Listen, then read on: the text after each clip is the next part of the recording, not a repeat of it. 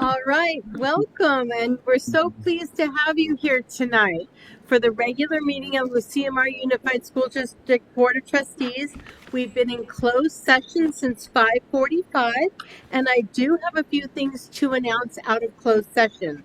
First off, the non-reelection release of certificated employees. In closed session, the board took action to issue a notice of release, non-reelection of 81 temporary probationary teachers pursuant to Education Code sections 44929.21 and 44954B, effective June 30th, 2025, and directed the superintendent or designee to send out appropriate legal notices. The roll call vote was as follows: 5 ayes, 0 noes, and no abstentions, and 2 absent. And now to something a little bit cheerier. One more thing to announce. In closed session, the board took action to appoint Mr. Troy Dotinga as principal of Central Coast Unified.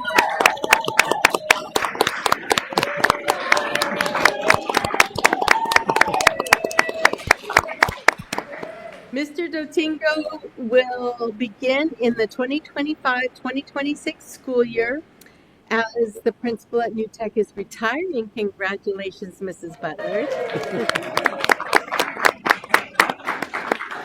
The vote was unanimous, 5-0. And I'm sure if the other 2 board members were here, they would have joined in on the vote. Did you want to introduce him? Well, you guys all saw Mr. Dotinga stand up. Stand up one more time, Troy. We're just thrilled to have you back in the CMR. He left us for a short duration. Now he's back as principal. How great to have so many of the staff from New Tech here to greet you too. All right, we're going to move on to the flag salute. Dr. Fawcett, would you like to introduce our flag salute honorees? I sure would. And I'm going to invite up Anastasia and Elliot from Harlow, and then I'm going to read a nice little statement. So go ahead and come on up to the mic. So Anastasia is a gifted young lady who is willing to try new things and take on challenges with enthusiasm. She has been in the face of many news broadcasts, and no matter what story she's covering, even if it wasn't her idea, she always brings a positive attitude and a bright smile to the school. Anastasia's energy and confidence shines through in everything she does, both with her peers and educators. They truly admire her. They truly admire this about her. She is a natural leader and a great example to others. Let's give her a big, warm welcome. And now I get to talk about Elliot, who is an amazing leader as well and always helps her classmates, whether it's lending a hand with schoolwork or offering kind words when somebody feels down. She listens carefully to others and encourages everyone to share their ideas. Elliot has a strong sense of fairness and always stands up for what's right. She is committed to making her school and a community a better place and leads by example with kindness and respect for others. Elliot is a responsible and always takes the lead when it comes to organizing projects or helping others solve problems. We're so lucky to have Elliot here today, too. Go ahead. Please stand for the flag salute. Hand over your heart. Ready? Salute. I pledge allegiance to the flag of the United States of America and to the republic for which it stands, one nation, under God, indivisible, with liberty and justice for all. Thank you, and you may be seated. All right. Stay right there, girls. Anastasia and Elliot, stay right there for just one quick minute. Oh, sorry.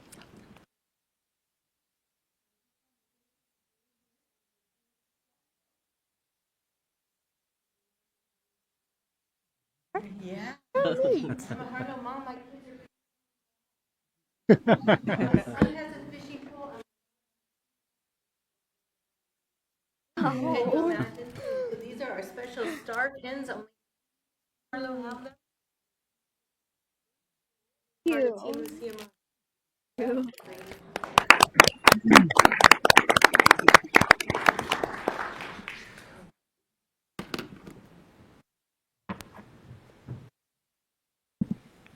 Okay, We're going to move on to communications. First, our student representatives to the board. Thank you for being here, guys. We're going to start with Aurora Granny High School with Banyan.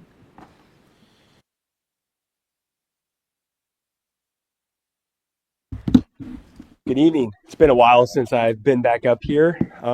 Just wanted to update you on all the amazing things that we've been doing at Arroyo Grande High School. Our leadership program had a super busy December.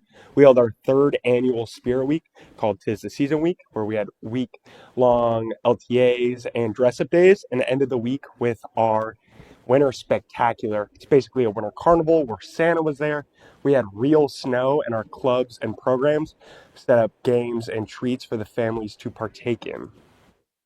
Currently, we are in our Spread the Love Week, where we are having dress-up days such as Adam Sandler Day, which was today, Stoplight Day, Anything But a Backpack Day, and Red and Pink Day for Valentine's. We are also having a rally this Friday where we are doing a new thing called Buzz the Boss.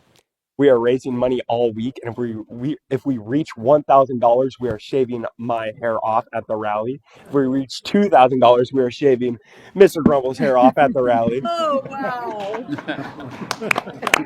Good, yes. Good company. Yeah, it's gonna look just like Dr. Fawcett. You're doing it, you know it. All proceeds are going to the families affected by the LA wildfires. Good job. Our freshman and sophomores classes have been focusing on increasing attendance because it's one of our big goals. To do that, we are holding a perfect attendance luncheon for our students who have absolute zero tardiness and perfect attendance. We are increasing learning outcomes and another big goal. So we are holding a 4.0 luncheon for our freshmen who received a 4.0 during their first semester. Next, I'd like to share with you updates from our clubs and programs. FNL is hosting a blood drive this week. FFA is holding a Spirit Week next week, which is the National FFA Week. Hangout Club is hosting a unified track meet because the Special Olympics got canceled up in Cuesta, where we are going to have many schools from our districts come out to our campus to help participate in this event. In academics, our very own Josh Robertson won the AGHS Poetry Out Loud, which was a competition where over 400 students competed within our own school, and then 9 competed away to get a spot to compete against other schools. And she just recently won that school competition and is now moving on to the state competition. It is currently scholarship season, so our amazing Miss Oxner is very busy in the College and Career Center, helping out any students who need help finding with scholarships, as well as presentations from schools. And then finally, in athletics, our girls basketball is currently 6-2, and recently got a big win against St. Joe's. They are currently at Mission Prep. Our boys soccer is currently 6-3 and tied for second in league. Our girls soccer is currently tied for third. CIF starts next week. We have recently held our spring sports night and are getting into those. I would like to thank you all so much for having me at this meeting, and I can't wait to be here for the next one. Thank you. Okay. And so, for any of us that aren't in the know, he said LTA, that's lunchtime activity. Yeah, and then you had the Show the Love, the STL week. Okay, just in case you need to be in the know with that team. Okay, next person up is Elizabeth from Central Coast New Tech High.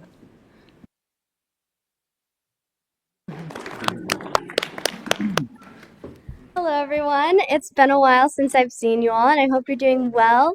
And I'm really excited to tell you about all the things that our school has been doing these past couple of months and what we're currently working on. So, to start off, we had our winter formal on January 25th at Black Lake Golf Resort. The theme was 50s, and we had around 90 students attend. The dance was a blast, and the students had so much fun. We also just held the Student Senate meeting last Monday where ASB received valuable feedback on our recent events along with many new ideas for future events. Our next Student Senate meeting is at the end of the month on the 24th. We have also just partnered with our school business Dialights to sell candles and flower grams for Valentine's Day, and we will be handing those out later this week. And we are currently planning our annual Tri-Tip fundraiser, which will be on Thursday, March 6th. An entire meal includes a whole Tri-Tip, bag of salad, beans, and cookies. Tickets are already on sale and can be purchased for $50 from the New Tech front office or from an ASB leadership student. We are also currently working on plans for our annual spring feast. The theme for this year's feast is going to be the Olympics. The week will consist of feast, like I said, which is similar to the fall feast, where food will be served to every student, along with entertainment on the quad and activities throughout the day. During the rest of the week, students will go to advisory every day and participate in fun activities that will build unity, and they will participate in a class competition. So, moving into academics, our ninth graders are currently working on their colonialism project called the Dark Side in World Studies. They're also starting to research a native species of their choice in biology. Our 10th graders are currently working on making body butters, bath bombs, and body sprays in chemistry, along with working on their art and war project in American Studies. This project, they learn about World War II and make art that will be showcased to the school. Our juniors are working on their commodity night project, which is being held on March 3rd in Olympic Hall. We invite you all to attend, and you can compete for $50 Jocko's gift card by showing off your knowledge of global trade routes and economics. So we always love to see you guys come to our events. Our seniors are currently working on their senior defense essays and their traditional 10-page paper, which compares a book to a movie adaptation in senior English. And in advanced physics, they have started learning about the physics of roller coasters and will begin to build marble roller coasters with their teams. Seniors also met together with myself and our head of senior activities, Riley Reeves, to discuss fundraisers and activities that they'd like to participate in before graduation. On February 3rd, we held our third official Modified Monday, otherwise known as Mod Monday, where the last 3 hours of the day are broken up into 3 different workshops that are either academic enrichment or intervention. At this most recent one, many students received information on elective options for the following year. Lastly, 130 of our students received a 3.8 or above and were eligible to attend Academic Honors Breakfast, which was also held on February 3rd. Now, on to athletics, band, theater, and clubs.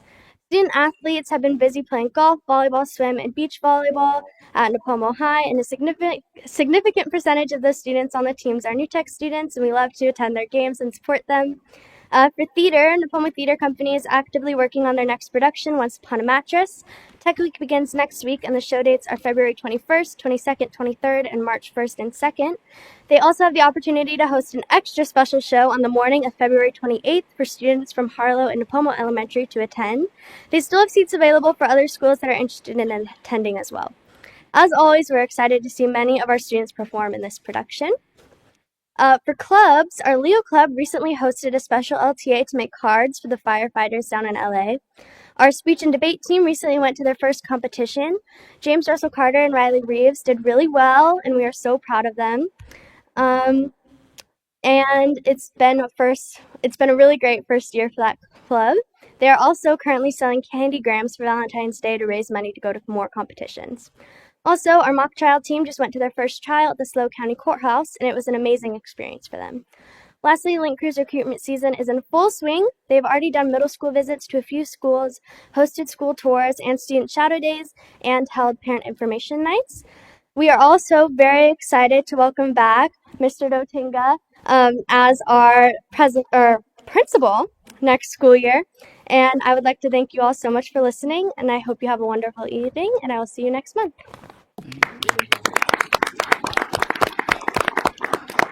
Okay, then from Lopez, right there. There it is.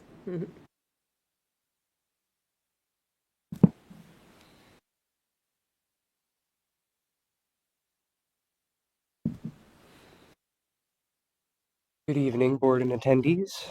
Thanks for the opportunity to share with you the news and events from Lopez and Pacific View.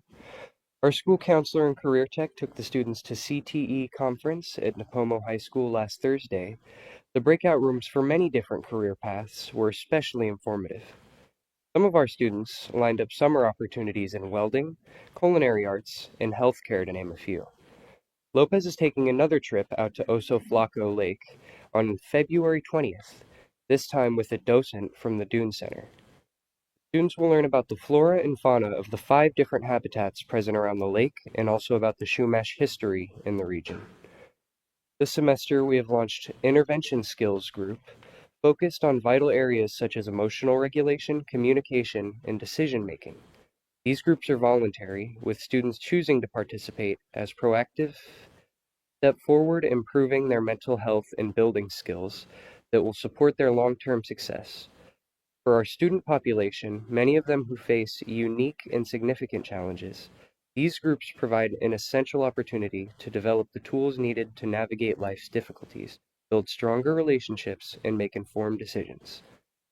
This month, the students enrolled in health at Lopez will have the opportunity to better understand mental health and wellness through a two-part guest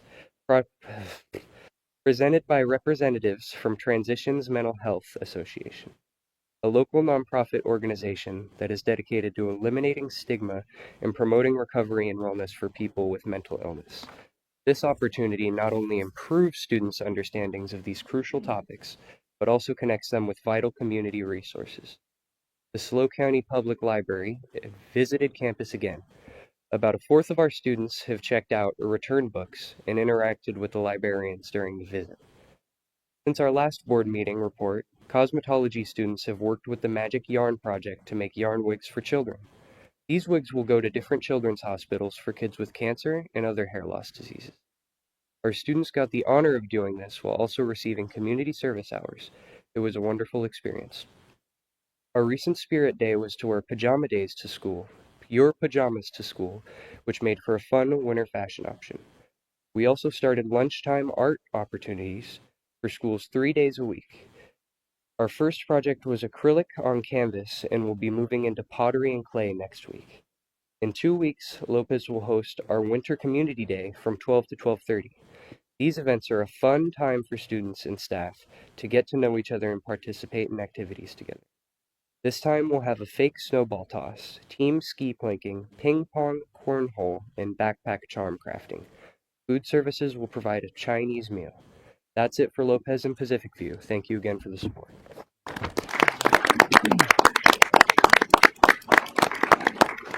All right, and then the caboose, Nora from Napomo High School.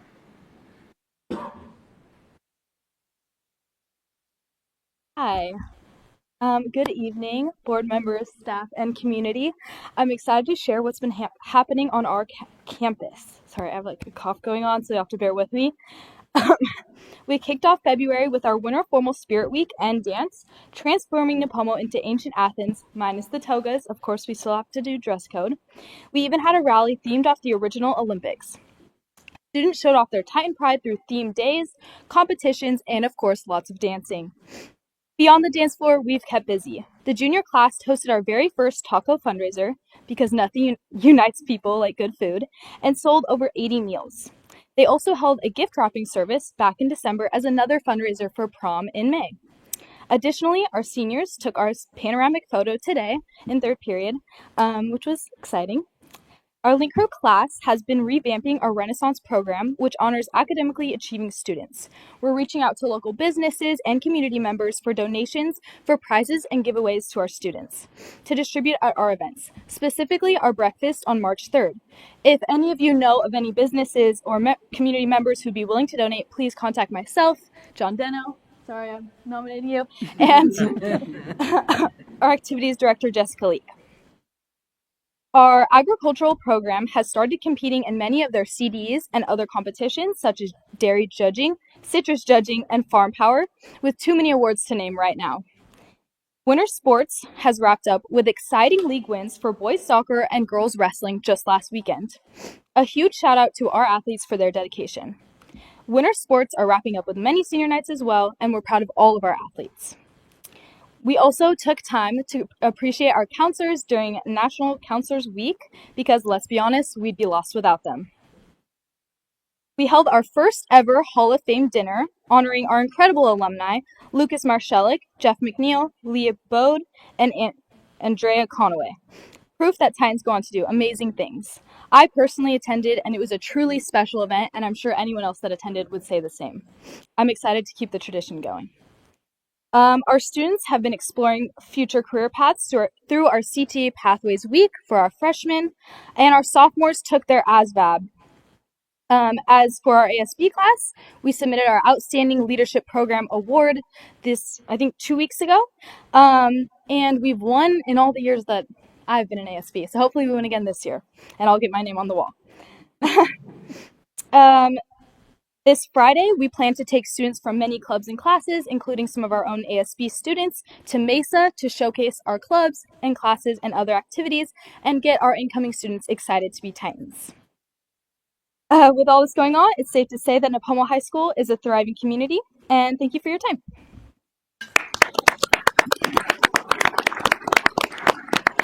Thank you. We're going to move on to items of interest from the board. Would anyone from the board like to share any item of interest related to the school district?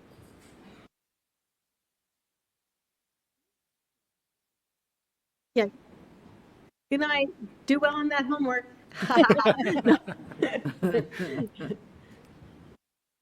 Anyone from the board like to share any items of interest? I just have a couple things. First off, last week was National Counseling Week, and I reached out to all our counselors, just thanking them for all they do and the impact and what the great decision this board made by setting aside money for counseling at our elementary level. If we can cure some of those bad habits early, maybe we can solve some of our problems for high school and hit them in the bud. And then I had another little statement I want to make today.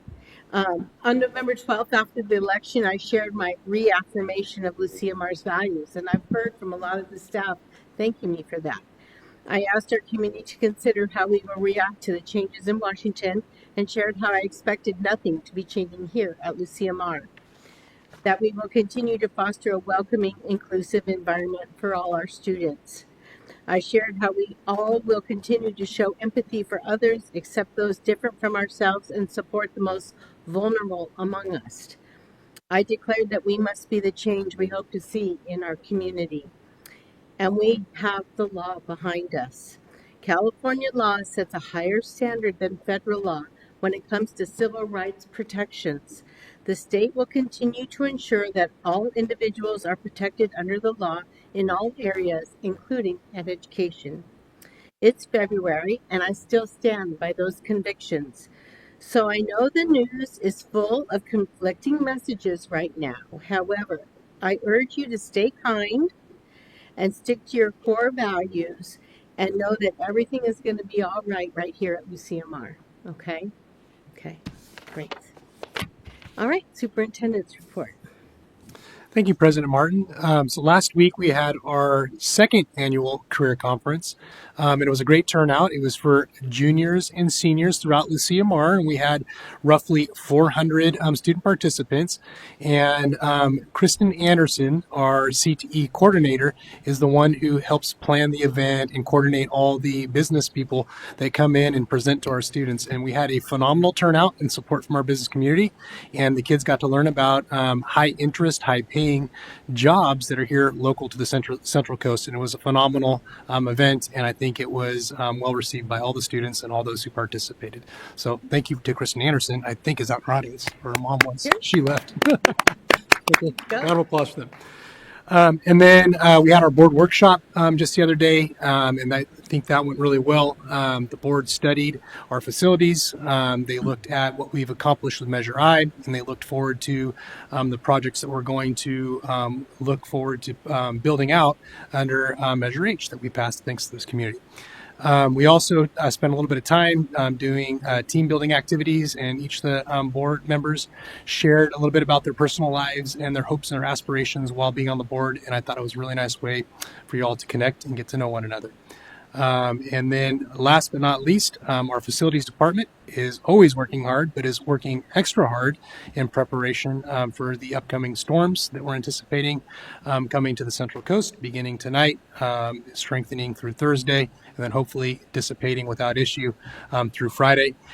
Just a reminder that when we do experience extreme events on the Central Coast, when there's emergency facilities that are needed, many of our schools serve as a place for Red Cross, and they have already reached out to Executive Director Stenson to ensure that they're still open when needed, if needed. So that's it for me. Thank you. Great, thank you.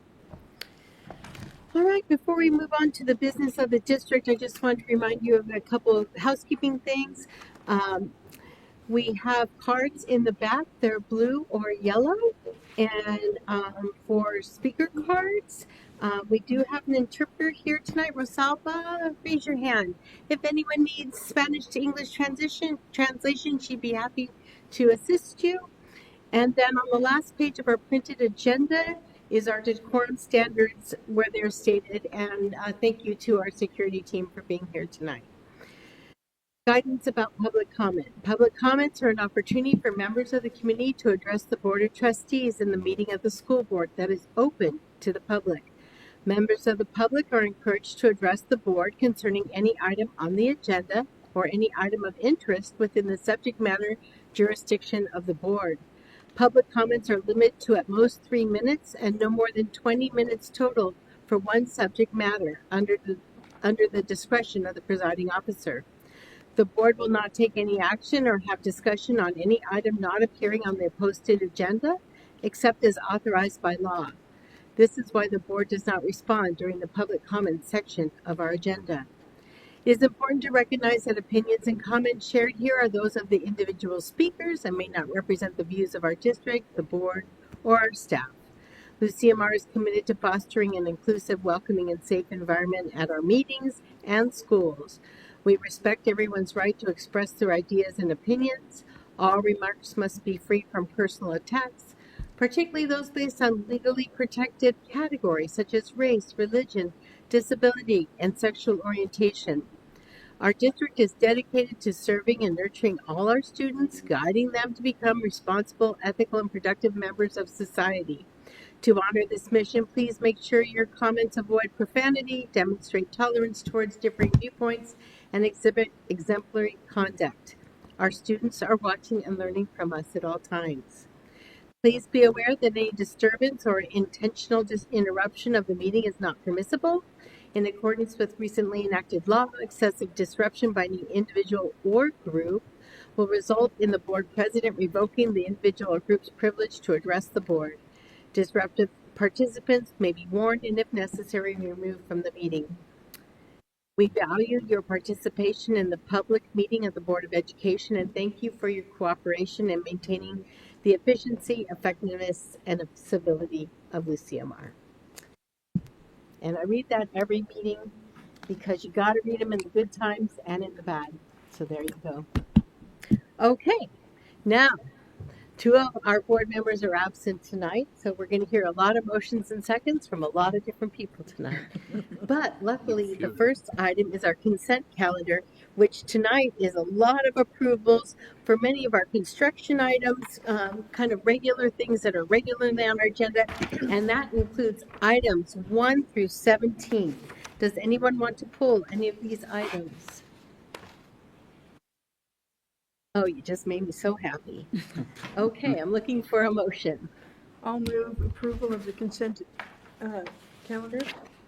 I second. It's been moved by trustee Candell, second by trustee Neymer-Vanier to approve the consent calendar action items 1 through 17. Roll call vote, please. Candell? Yes. Neymer-Vanier? Yes. Fuller? Yes. Pop? Yes. Yes, motion passes 5-0. Look at that. We're on item number 18. Don't we do past work?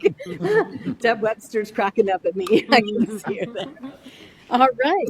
So let's move on to our reports and presentations, resolutions, and proclamations. Item number 18, school site presentation, Harlow Elementary. Dr. Foster. Thank you, President Martin. It's a pleasure to introduce Principal Debbie Webster from Harlow Elementary School. She's going to give a presentation tonight on all the wonderful things Harlow's engaged in, and it looks like she has some of her teammates here who I'll let you introduce. Good. I brought reinforcements. All right. I want to introduce some very special people that make up the fabulous Harlow staff. This is Sarah Galino, our school counselor.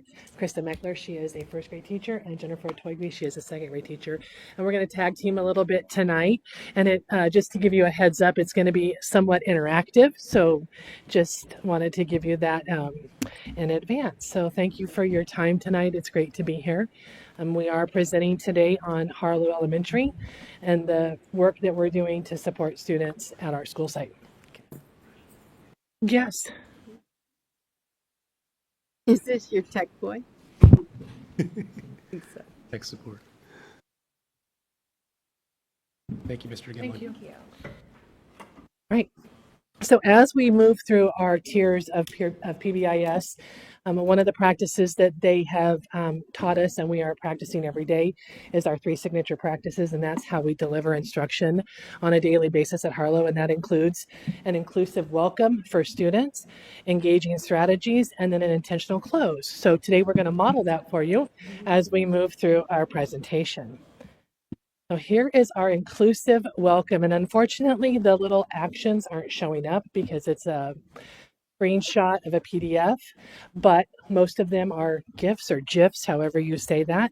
So you can imagine what they're doing in this. The guy up in the hallway has passed out. The little ducky's super happy, and the rest are kind of self-explanatory. So what we want and what we're asking is for you to look at these and choose either how you might have felt when you were at school or maybe how you're feeling at this moment. So this is our social emotional check-in. So just take a minute, and there's no right or wrong answer. Just choose however you're feeling now or how you might have felt. And you about want us to write it school. on this? You can just keep it in your head because I'm going to have you do a turn and talk. Okay. And audience members, you're included too. All right, you guys ready? Give me a thumbs up if you're ready. All right, turn to a partner near you and tell them which one you chose and why. Which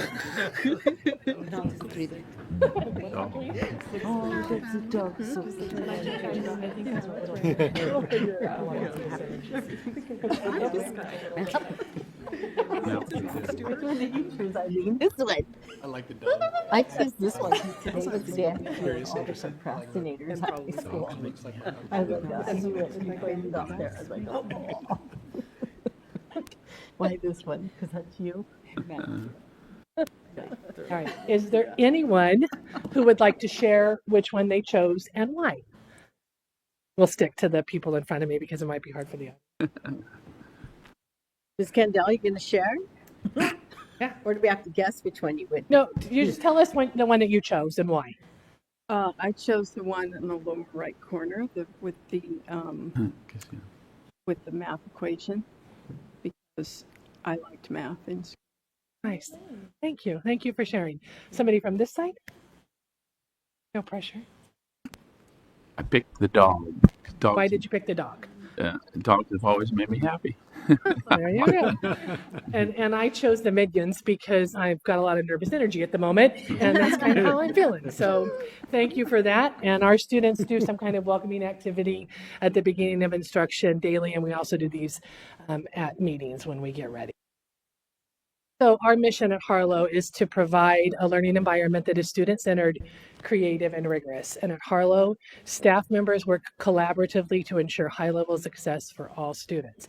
And then the second part of our playbook are engaging strategies. So slides 5 through 15 will hopefully be those engaging strategies, and then we will have a closure at the end. So we do have two goals at Harlow. We have a social emotional goal and we have an academic goal. And I chose this quote by Jasper Jocks. Putting your students' emotional needs first is important because without feeling safe and understood, no instructional strategy will be effective. Our social emotional goal was created to support our mission. Harlow Elementary will support the growth of the whole child and their families by providing on-site counseling, character education in the classroom, implementing PBIS Tier 1, 2, and Tier 3, physical education, and offering parents and students after-school education opportunities.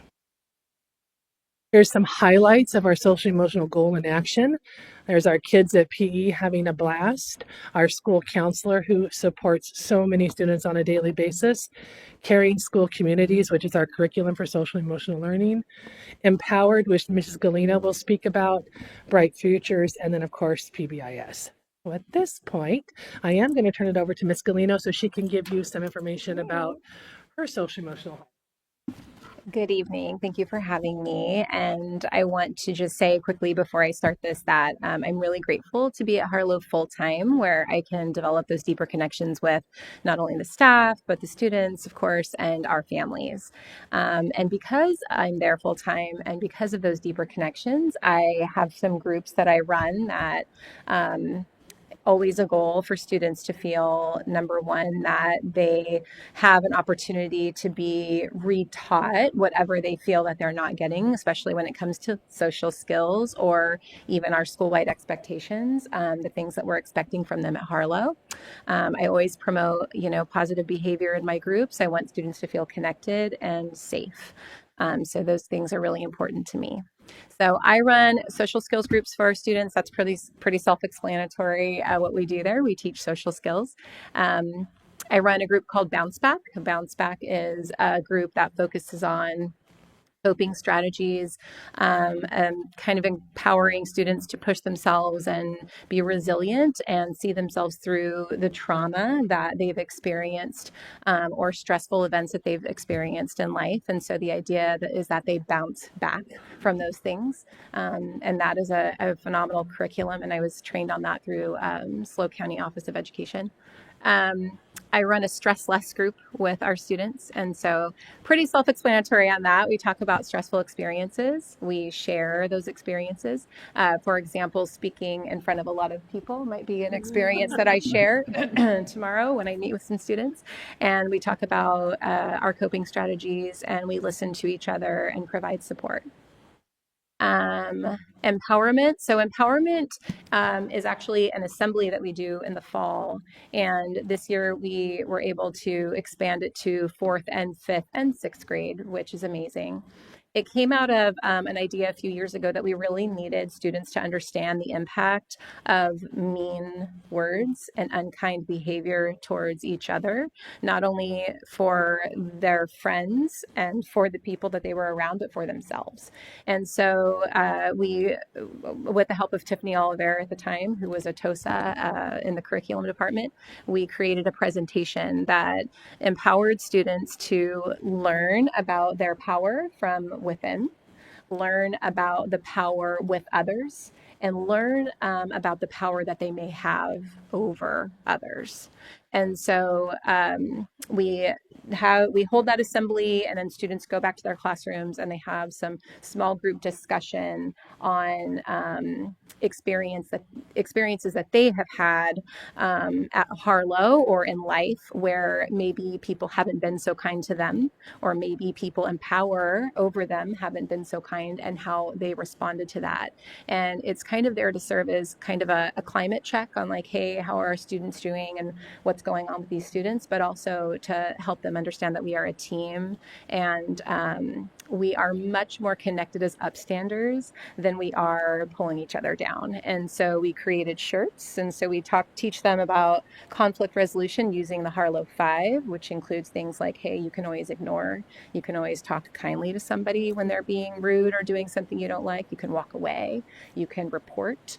You can talk assertively. And so we teach them those skills. And then on the back, and so any student that attends the assembly gets a shirt, and then on Friday we all wear them. And so there's a lot of empowerment going on at Harlow. So for me.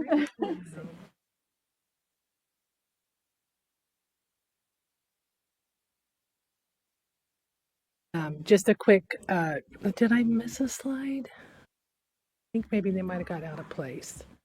The next slide is actually going to be presented by Mrs. Meckler, and she is a member of our PBIS team. So she's going to talk about some of the things that PBIS is rolling out this year and continuing. Good evening. So as Ms. Webster said, I get the privilege of teaching first grade at Harlow and being on our Tier 1 PBIS team, which stands for Positive Behavior Interventions and Supports. And the goal of our PBIS work is to help create an environment where students know their expectations and to be proactive in preventing problem behaviors. We've done that around our school rules, which spell out the word BEEP. The acronym stands for Be Safe, Everyone is Respectful, Everyone is Responsible, and Persevere. And using these 4 school rules, we've created expectations for all of the common areas at our school, including the playground, cafeteria, bathrooms, library, and hallways. This year, our team also helped support teachers in creating classroom matrices to use the BEEP model to communicate and create their expectations for every area within their own classrooms. By giving students universal hand signals and voice levels, we're able to have consistency throughout our campus to help them know exactly what is expected in every environment. In doing this, we've been able to see our data reflect positively a decline, that we have seen a decline in negative behaviors and an increase in positive behaviors as our program has continued to grow. This year, our Tier 2 team has begun their implementation at our school, and both teams meet bi-weekly to review data and use that information to help refine our practices and problem solve any issues that we have. So those are the highlights to how we support our first goal on social emotional learning. And then our second goal is to our academic goal. And it is written as such: working collaboratively to ensure high levels of learning through ongoing professional learning communities, PLCs, where each teacher is a part of a collaborative team that works together to promote a collective responsibility for student success. So what does that look like at Harlow? That looks like an instructional leadership team / guiding coalition that meets every other week to guide instruction and learning. We are currently in a book study on essential assessment. The team creates and guides professional learning and provides guidance to our PLCs. And that is myself and then a grade level representative for each grade level. And Mrs. Atwigwe is going to talk a little bit about the work that her team is doing as a PLC. Good evening, everyone. So my name is Jennifer Atwigwe. I teach second grade at Harlow. I'm part of the instructional leadership team. And just like Debbie said, we meet every other week with one team member from each grade level represented. We are doing a lot of learning this year, really focusing on assessment. Our team is going to the district's PLC Coaching Academy and getting a lot of information there and doing a book study like Debbie just shared on assessment, on ways to make it stronger, give better feedback to students. And we take that learning then back to our teams, our grade level teams, our professional learning communities. And the questions that we're answering that are driving our work in those PLCs there's these 4 essential questions. We start with, what do we want all of our students to learn? So we really just make sure we're all on the same page, understanding those essential standards that are so important for getting to that next grade level. And we make sure we work together on developing a pacing guides so that we're plugging those standards in, and all of us across that grade level are teaching those same essential standards.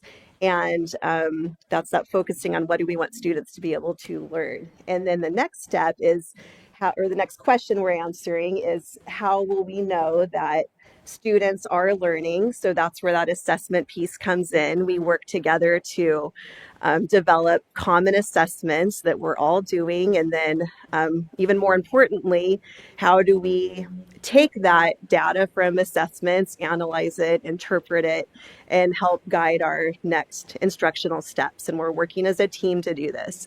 We're really looking, when we look at that data, it's just looking at all of our students. It's not, well, this is my class and this is how they did. Here's my grade level partners class. This is how they did.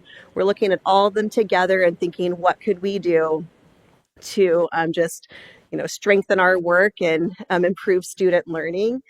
Based on those assessments, then we answer our next two questions, which are what do we do if the students aren't learning? We don't just say, oh, they didn't get that and we move on. That's when we stop, we take a look at it, we share instructional strategies, best practices, like what can we do to get them to that next level? What kind of interventions can we be doing together to work on? And then if they did learn, our fourth and final question is, what do we do, or how do we respond when students did learn? How can we reinforce that learning, enrich their learning? And just the best part is that we're all working together on this and sharing those ideas, sharing instructional strategies, just so that anyone, coming to Harlow your student can be in anybody's class, and just know that no matter what classroom they're in, they are getting, the same instructions, they're meeting the same standards. We take this collective responsibility for our students. So, and our focus this year is, with all of the assessments that we're working together on, is math, even though, of course, we're teaching all of the things. We're very busy with instruction. Thank you. Real quick glance at data. Our social emotional data, our office referrals from last school year, at this time in the school year, were 195. This year, we're at 106, down 56%. Our attendance rate, although it's small, is still up 1%. Our suspensions are down by 27%. And our positive Roadrunner rewards, last year we were just on the individual basis, and this year we have incorporated classroom and school-wide rewards for our students. Some academic data, our iReady data that was taken in November shows the median score of all of our students, and we had 46% of our students on the median at showing 46% of our growth. Sorry, on the median was 46% growth at 33% of the school year. So we have, on the median student was exceeding 33% of the growth of the school year.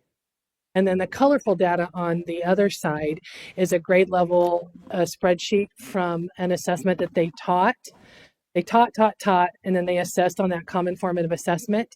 They went over their data, and then they chose their reteach and their intervention, and they reassessed, and that shows and demonstrates the growth that those students, the targeted students, did after the reteach and the second. A lot of information, and we probably went over our allotted time, so I apologize for that, but it was hard to get it all in and give you guys a great picture of what we're doing. So our intentional close, which is the last part of those practices by the playbook, is for you guys to think about this question. I am curious about, so take a minute and you can either jot down or think it in your head. What is it that you're curious about for Harlow and what you've learned today?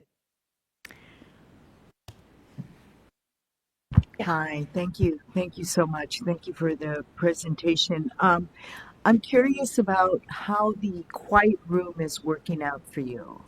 Oh, our nest? Yes. The nest is amazing. Thank you for asking. This year, one of our noon duty, Miss Karen, has sort of taken the nest as her, what would you call it? It's like her treasure. And she has gone above and beyond. She scrolls all of the neighborhood like freebies, and she goes around all the 5 cities and takes and gets things that would work well in the nest. So it's exploded in activities, and the kids are using it regularly. We duty staff that cover it during recess, and it's open for times when kids might need that social emotional support. So it's up and running. We have new fish. We get new fish all the time because they don't seem to last as long as the nest does, but they're hanging in there. And no more babies. That was over the first year, thank goodness. So my children are the first recipients of the Bright Futures program. I do have a question, and maybe Is there a wish list for Harlow? Is there a wish list in regards to toys? What do you need? We have, there's so much, I mean, as much good that's happening, there's always need, right? And off the top of my head, we've had some things happen this week, so my brain is wrapped around individual students at the moment. So maybe if you can send me a wish list, I do have quite a bit of toys. I'll work with Ms. Webster to get you some information on that. Thank you. Anybody I'm else? curious whether the teachers are ready for rainy day schedule for the next week. Ready or not, it's coming. So we're ready. They don't get a choice. Yeah, we're ready. We've got a good team that supports them for their breaks and. Okay, it's tough. I know. So thanks for putting up with it. We need the rain. Yes. But the kids get excited about it. Oh yeah, the squeal. Anyone else that had a curious that they wanted? I guess I'm curious. This all looks great to us adults. How are the kids at school accepting all these programs? You know, Excited. We've seen very little negative comments or feedback from the kids. As we move forward with all these structures, we really realize how much students want and need structure in their day. And when it's common across classrooms and common across areas, it produces this family-like atmosphere where every student knows what's expected in all places and spaces. Even though classrooms have their own classroom expectations, it still goes under BEEP, and we can talk about, were you respectful? Were you persevering? So we're getting a lot of positive feedback from kiddos, from the data particularly. Well, and I loved your presentation on a goal that's for every school. Keep K to 12, hands, feet, and objects to yourself. It doesn't stop in middle or high school. That's right. You know? So give it to them strong in elementary school, so when they hear it for the 150th time by 7th grade, they'll say, "Oh yeah, They'll oh, know. Yeah. You ask any kid, what's the number one rule? You keep your hands, feet, and objects to yourself. Yeah. Yes. Everything is very positive. I'm curious how the families are reacting to how the kids are learning. You know, are they coming more positive at home? Do you hear anything from parents? I think, you know, we run on the opposite side of this. We also have our student study teams where we're meeting with families and discussing concerns that are either academic or social emotional. So it's nice when those families do come in with the need that we can say, here are the supports we have in Tier 1. And right now we've provided this for your child, and we're seeing that they're not being successful after this many interventions, after these many supports. So we're going to now move into Tier 2. So let's have a discussion about what that looks like for your student. And then we continue that conversation, and then eventually Tier 3 if needed. But when we get feedback from the PBIS stuff from parents, it's mostly like hallway conversations, and it's all very positive. All right. Anyone else from the board have questions for Harlow? I just want to say I commend you on the counseling part and the emotional support for students. And I guess I'm curious about how many kids cycle through some of those programs. Currently, every cycle is 6 weeks for me because I have a very large population, and it's usually just me. Right now, I'm really lucky. I have an intern for the first time ever for about 4 to 5 weeks. So she's able to help me. But to answer your question, so every cycle of, say, social skills, I see about 4 students per group. And so I offer like 2 groups per cycle. So maybe if we run 4 cycles, that'll be 24 for social skills. Stress Less is a lot bigger, so that's 15 per cycle. So then that's about 45 kids roughly per school year. The Bounce Back is the smallest because that's the most specific group for trauma. So that's going to be, right now, it's just kind of my trial group. So I've only got about 2. But on my caseload in general, right now, I have about 80 students. And those are students that have been referred to me for some reason. So either they're in a group, or they've been seen individually, or they've been seen for. So that's up to date for now. And that's actually a little lower than last year, which I see as a positive thing because I'm like, well, maybe students are a little more resilient this year, and so I'm not seeing as many throughout the year. Thank you for that good work. Oh my gosh, she's needed. That's a big school. So, And everyone up here is just amazing. And Sarah does a fantastic job supporting our kids social emotionally. And that doesn't even include the time she's called out because we have a moment of crisis with the student. So she's very busy and a huge support. And I can tell you right now, we couldn't run the school like we do if we didn't have a full-time counselor. we like to know that our money is and our decisions are good for you. So, any other questions? All right. Thank you, Harlow. I know I don't look like the Harlow mom because it's been so long, but I really was. I Thank got you those very much, sidewalks everyone. around Have a your good school for you.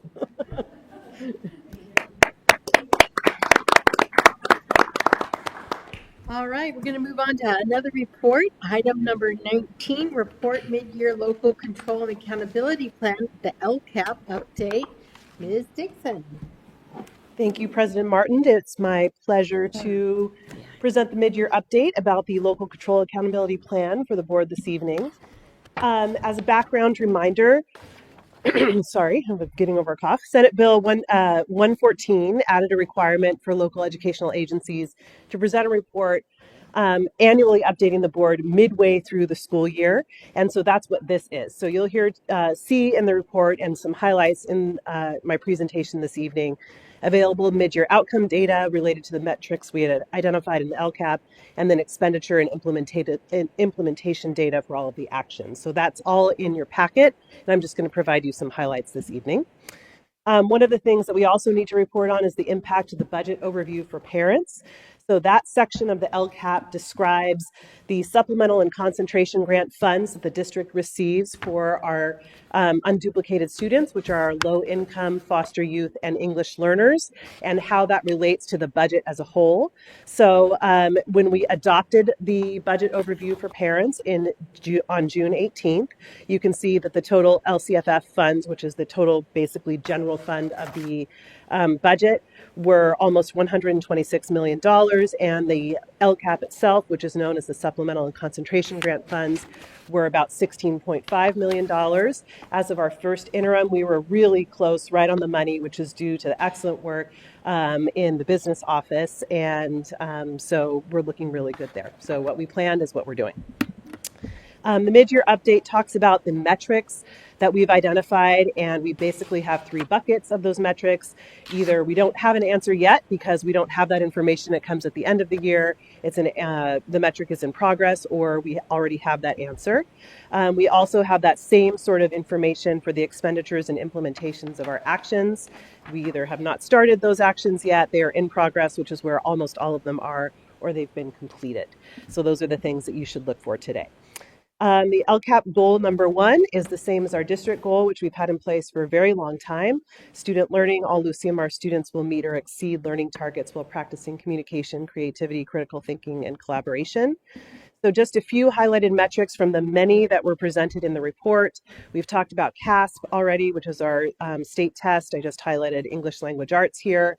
You can see in the LCAP, we have a baseline data, which was the data from last year. We also had to set a goal for what we wanted in 3 years from when we wrote the report, and then the mid-year outcome data, if available, was provided for you at this time. So the baseline data was from basically 2 years ago in CASP. The mid-year outcome data is last year's information because we got it at the end of the year, and then the desired outcome we're still heading towards, so we're on our way there. I also pulled out a couple other examples here of implementation of standards for all students being able to access their education, which we are fully implemented, and our graduation rate, which is on a slight dip this year, but we are hoping for an upswing moving forward. Highlighted actions in this section include a variety of class size reduction teachers, and what you'll see here in each of these areas is the budgeted expenditure and then the estimated actuals. So you can see that in this first case of class size reduction class size reduction teachers. We estimated approximately $2.9 million. We're just slightly beneath that because of the individuals actually filling those positions and the salaries that those people draw.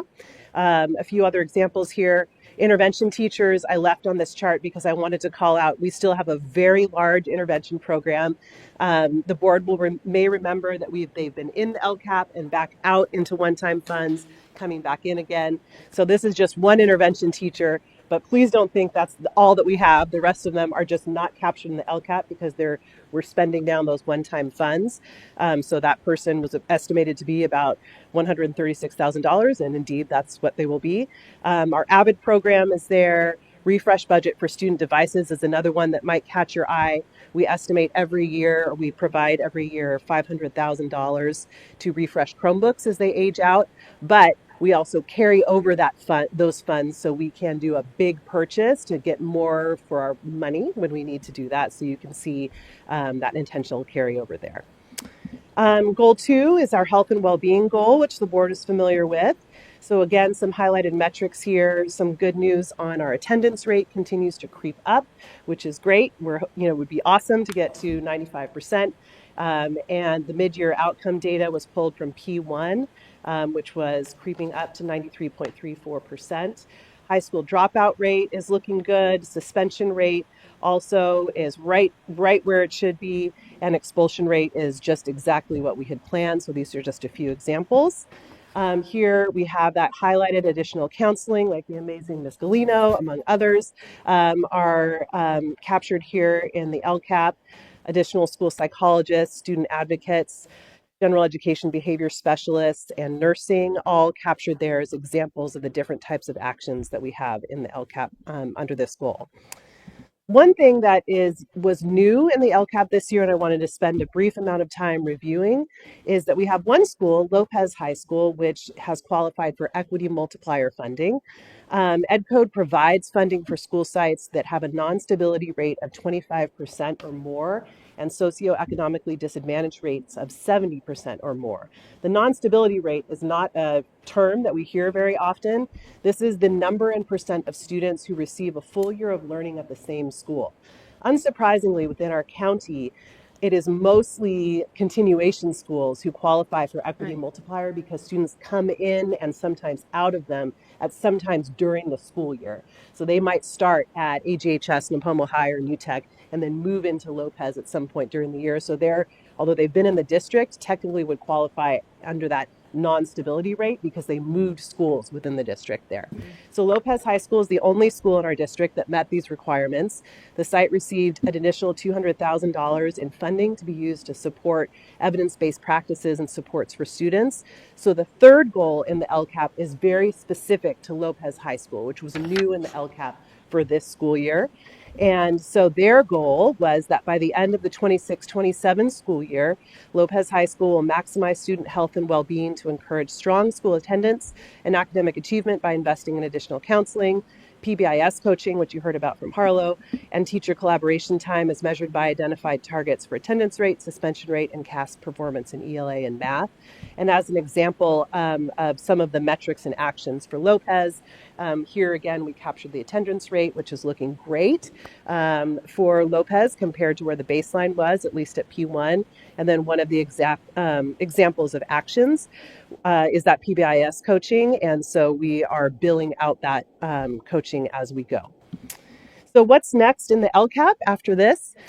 We are about to engage on survey data taking. So we'll be surveying our families, we'll be surveying our staff and our students, our high school students. That feedback from educational partners is what helps us build the LCAP from year to year. So those will be coming out over the next month or so. We're going to continue to analyze effective actions and those that aren't as effective and make choices on what we continue and what we don't. We'll be continuing to develop those metrics, make sure that we're capturing anything that we don't have those data points for yet, and see if anything needs to be added that we need to track more carefully. And then I'll be doing some writing when it gets to the springtime and bringing that back to the board for a report and then a first read and an approval in June along with the district budget. With that, I'm happy to take any questions you may have. Does anyone from the board have questions for Ms. Dixon on the LCAP? Ms. Mamie Renier. Hi, thank you so much. Thank you for your presentation. What type of resources do we have regarding feedback for the English learners? What is your question, Ms. Naomi Renier, about how we receive feedback for English learners? And if you have resources like maybe interpreters or that type of. So in the LCAP, we do actually fund our interpreters, which is one great opportunity. We also have additional the title would be family advocates at some of our highest need schools who are bilingual staff to basically create that bridge between school and home and help answer questions and things of that nature. And then a variety of our curricular tools are available in English and Spanish and other languages as well. So we always look for that opportunity when we purchase them. We continue to take feedback to look to see how we can really improve performance for our English learners. It's certainly an area of need and continuing growth for us. And so that's going to be certainly a focus moving forward. But there are a variety of specific actions. Our newcomer programs are also funded in the LCAP that we take to support our English learners specifically. Great, thank you. You're welcome.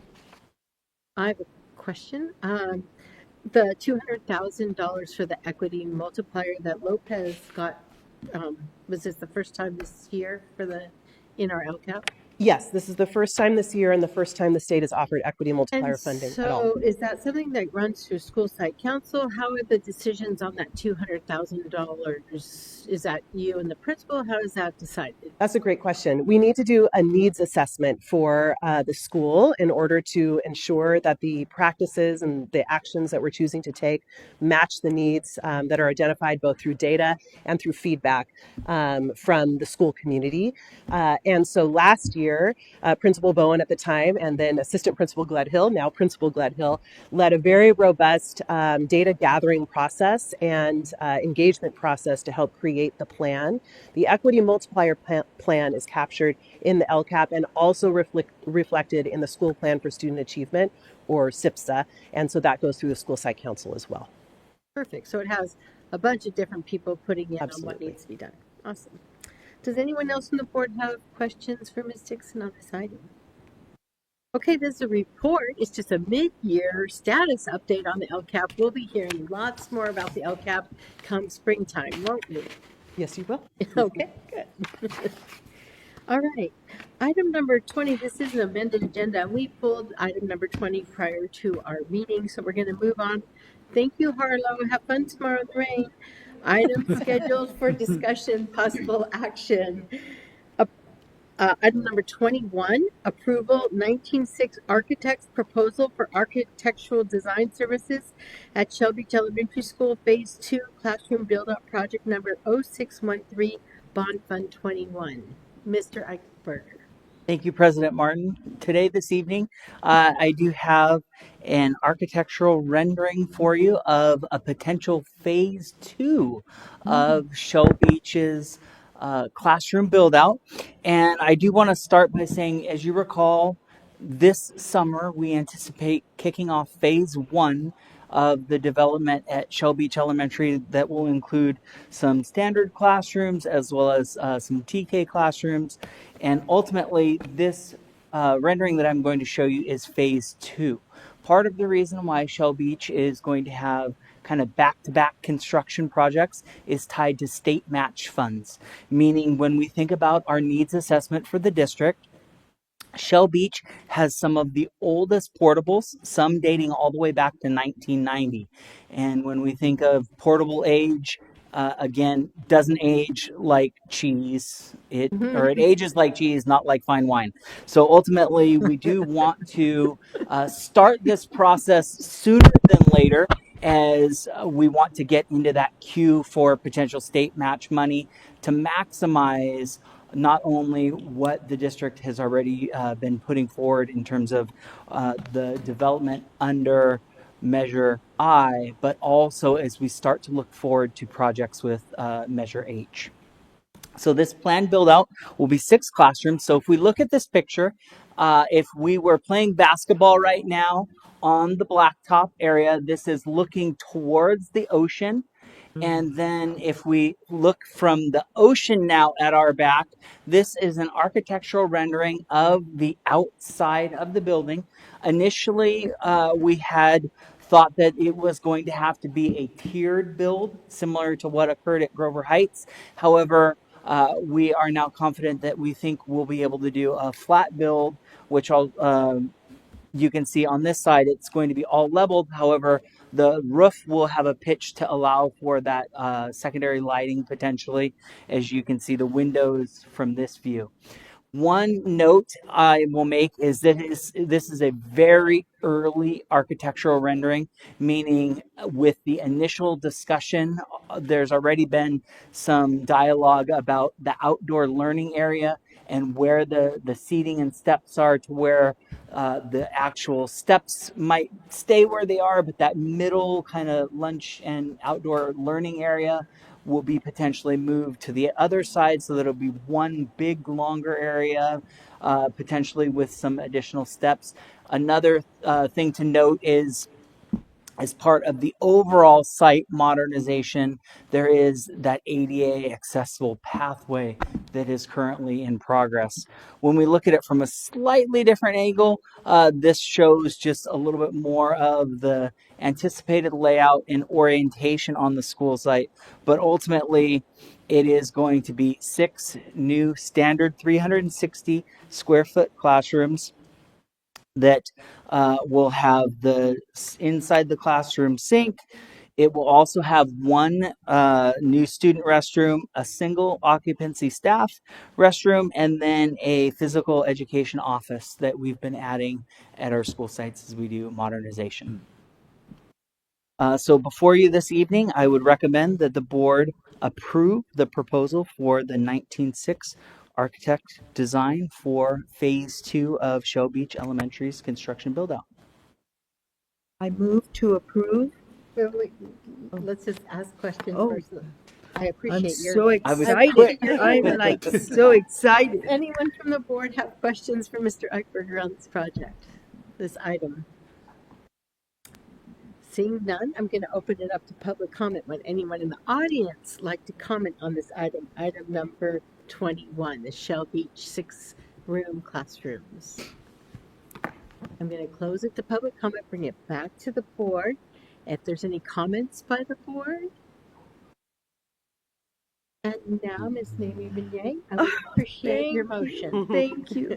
I move to approve 19.6 architect's proposal for architectural design services at Shell Beach Elementary School Phase 2, classroom build-out project number 0613, bond fund 21.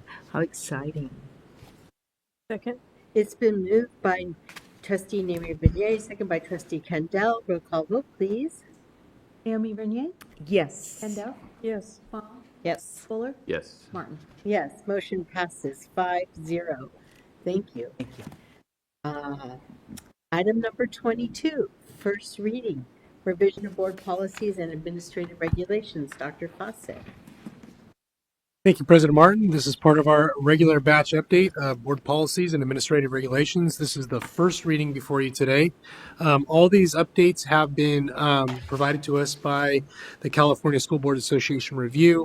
Each of our departments have reviewed the policies that are related to their divisions and departments. And these are mainly legal required updates. And so I'm here to answer any questions you may have. Again, this is a first read, and I'm not requesting any action on these items. Did anyone have any questions for Dr. Fawcett on this first read? We're talking the LCAP, integrated waste management, work permits, which I do every day at my job, interdistrict attendance, bullying, parent guardian notifications, concepts and roles, mathematics instruction, placement in mathematics courses, and student use of technology, which is a big one these days. Anyone have any questions? Seeing none, I'm going to open it up to public comment. When anyone from the audience like to comment on this item, it's just a first reading, revision of board policies and administrative regulations, item number 22. Seeing no movement in the audience, I'm going to close it to public comment, bring it back to the board for comments. I'll just say this is Dry. Yep. Thank you for reading it. Yeah, dry. But really important stuff, and we always need to stay up to date on whatever we do, especially that the last one, student use of technology, which is such a buzzword in the country right now. And I'm so happy with how we put limits on the use of cell phones in our schools. And I hear from staff and principals all the time how happy they are to have that behind them, to have us have it back when it says saying no. So thank you. This is not a vote. This is just a first reading. We'll put off the permanent vote to our next meeting. Okay. So we're going to move on to item number 23, which is approval, second reading, revision of board policies, bylaws, exhibits, and administrative regulations. You might remember at our last meeting, we went through this quite heavily. Dr. Fawcett. We did, and similar to the last ones, these are all as a result of change in laws or required updates to our board policies. We are looking at policies related to absences and excuses, general obligation bonds, public statements, board member electronic communications, governing board elections, filling vacancies, and closed session. The last couple items are governed by the Brown Act, as you are all very familiar with. So these items are here once again for your review and hopefully tonight for your action. Does anyone have questions for Dr. Fawcett on this? This is the second reading. We went through it pretty thoroughly at our last meeting. Seeing none, I'm going to close the questions and open it up to public comment. Would anyone like to comment on the approval of second reading? Item number 23, revision of board policies, bylaws, exhibits, and administrative regulations. Seeing none, I'm going to bring it back to the board for comment. Anyone on the board like to make comment on this? I will say, I went through the GEO bond section word for word, and I kept calling Dr. Fawcett saying, oh, we have to do this. Oh, we have to do this. Since we just passed Measure H, we want to be in compliance and make sure we don't commingle anything from Measure I and Measure H, even our citizen bond oversight committees and things. And there's definitely some timing and statute regarding things we do. So it just opened our eyes again, and we knew we had to do it. We just needed a little tutoring, and we got it by reading this and bringing this up to date. So thank you. I do need a vote on this one, though. So if anyone would like to make a motion, I'd be willing to accept it. I'll move approval, second reading, revision of board policies, bylaws, exhibits, and administrative regulations. I second. It's been moved by Kendall, second by Naomi Bernier. Roll call vote, please. Kendall? Yes. Naomi Bernier? Yes. Fuller? Yes. Baum? Yes. Martin? Yes, motion passes 5-0. Thank you. Okay, we're going to move on to item number 24. Approval of cast ballot, the 2025 CSBA Delegate Assembly. Dr. Fawcett. Thank you, President Martin. So 2 representatives serve Subregion 9C, which is our area in San Luis Obispo, on the California School Boards Association Delegate Assembly. Mark Buchanan from San Luis Coastal USD. Buckman. Thank you for the correction. Serves as one of the representatives, and his current term expires in 2026, and the vacant term expires in 2025. All call for nominations was requested for this upcoming opening for CSBA from our region and subregion. During the recent call for nominations, one candidate was nominated to serve in Subregion 9C, again our region, for the current opening, and that is Cheryl Parks from Templeton USD. There is also a provision to do a write-in candidate name if desired. CSBA now requests that the member districts cast a vote for one delegate and return the ballot postmarked no later than March 17th, 2025. So tonight the board is asked to consider action to cast its ballot at this meeting. And so if you choose to stick with recommending Cheryl Parks as our nomination, we would need a first and second motion with a roll call vote. If we choose to do a write-in, which I don't recommend at this point in time because the ballots are already out there, that would also require a nomination and a motion. Okay. Any questions for Dr. Fawcett on this item? You can see that her mini resume, it looked like it was a Google form, is in the paper. She 25 years experience working with the superintendent. So she was a Raquel for 25 years from Templeton. Else have any questions? All righty. Seeing none, I'm going to open it up for public comment. Would anyone in the audience like to make public comment on this item? Approval cast ballot 2025 CSBA Delegate Assembly. Seeing none, I'm going to close it to public comment, bring it back to the board. We might as well just vote her. I mean, she's willing to do it, and none of us are.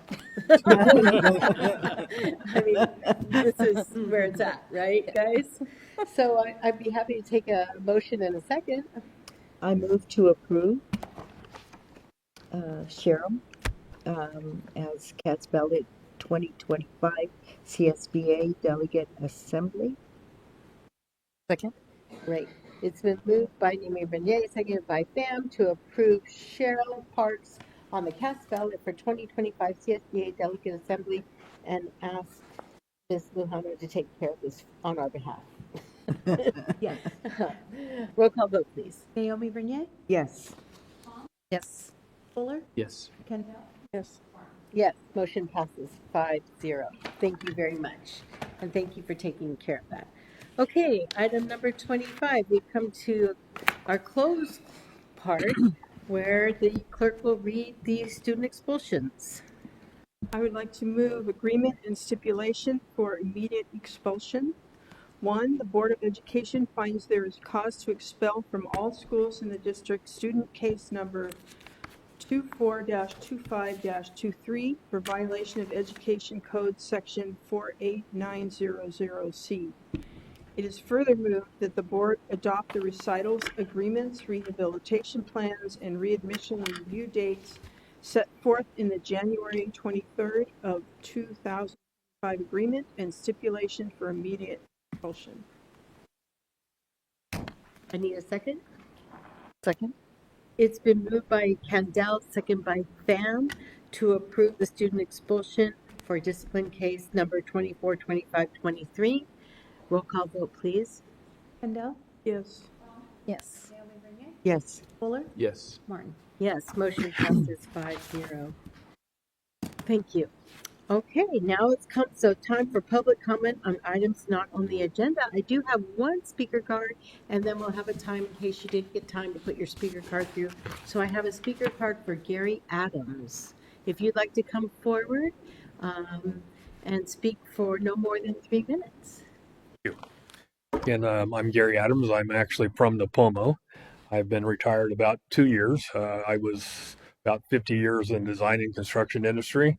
And I like teaching, so I did a lot of teaching on those subjects with my staff, and I like soft skills in effective communication and team building. So currently I have 6 grandkids, 3 in elementary school in the Lucille Mar and 3 in the Paso area. My current motivator in life, or one of them, is to assist my grandkids in making sure they grow up to be happy, responsible, and productive citizens. So I thank you, first of all, for all your commitment and the service you have on the board. And I know it takes a lot of time, but our welfare of our kids are at stake. So thank you. I'd like to have a personal desire or passion for STEM classes because of what I did. But what I actually found that later on, I have a proposal to promote the teaching of the history of our country's founding, and specifically our founding documents, the Declaration of Independence and the U.S. Constitution. Why did I end up there? After watching a YouTube video of a reporter asking college students questions about these documents, here's some quick stats. 60% couldn't say when the Declaration of Independence was signed, July 4th, 1776. It gets harder. 90% could not say when the U.S. Constitution was signed, which was September 17th, 1787. 95% could not state the 3 freedoms and the 2 rights of the First Amendment. I'll let you guess what those are. All right. Thus, I found online, the Patriot Academy, and just kind of stumbled on it. And now I'm officially a Patriot coach for the Constitution, and we have several in the area. The particular organization I'm with has 30,000. It's grown quickly across the United States, and we have a lot of free resources for teaching this thing. So what I would propose, I didn't bring it up here, but we have electronic and printed data. So I would like to propose a joint effort to bring in coaches and hosts that are actually available in our area and look at the material and see if we can help do that. Freedom Week is actually the week of 9/17, so it's coming up in September. And so that's basically what we would do if that time was. I guess I'll end with our founding father, John Jay. He said we should read, study, and teach the Constitution in order to know, defend, and assert our rights. So if you all agree with that, I'd like seeing some nods. I appreciate that, and hopefully we can work together to help put this through the school. Appreciate it. All right, thank you. We have your contact information, so I'll have the superintendent reach out. Okay, I'll leave that. Thank you. Would anyone else in the audience like to provide public comment on items not on the agenda?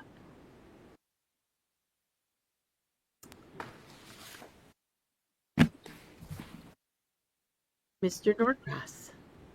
Hi, Trevor Norcross. So I am not a public speaker. I will not be as eloquent as the students earlier today, so bear with me. First of all, I'd like to commend the district for the communication on immigration concerns earlier. I thought that was great to see that, to reassure the community that we have here locally. What I would love to see is some communication regarding the LGBT plus community, to reaffirm, as you've done earlier, Trustee Martin, of the stance of the state and where we stand there. There's been a lot of executive orders out there creating a lot of confusion about where things stand. We appreciate where the state stands, but a lot of people are waiting for communication from the district as well. We've got kids that are out at school. We've got kids that are not out, that are looking to figure out if it's going to be a safe environment or not. We've got other students that are looking to see how much they can start getting away with. And we've got faculty and staff as part of the district that may be looking to get some reassurance for where the district stands as well. So we'd love to encourage some communication in that regard as well, and would appreciate that. Thank you. Would anyone else like to provide public comment on items not on the agenda? Seeing none, I'm going to close the public comment and bring it back to adjourn the meeting and invite you to our next meeting, which will be March 4th, 2025. And for tonight, we stand adjourned. Thank you.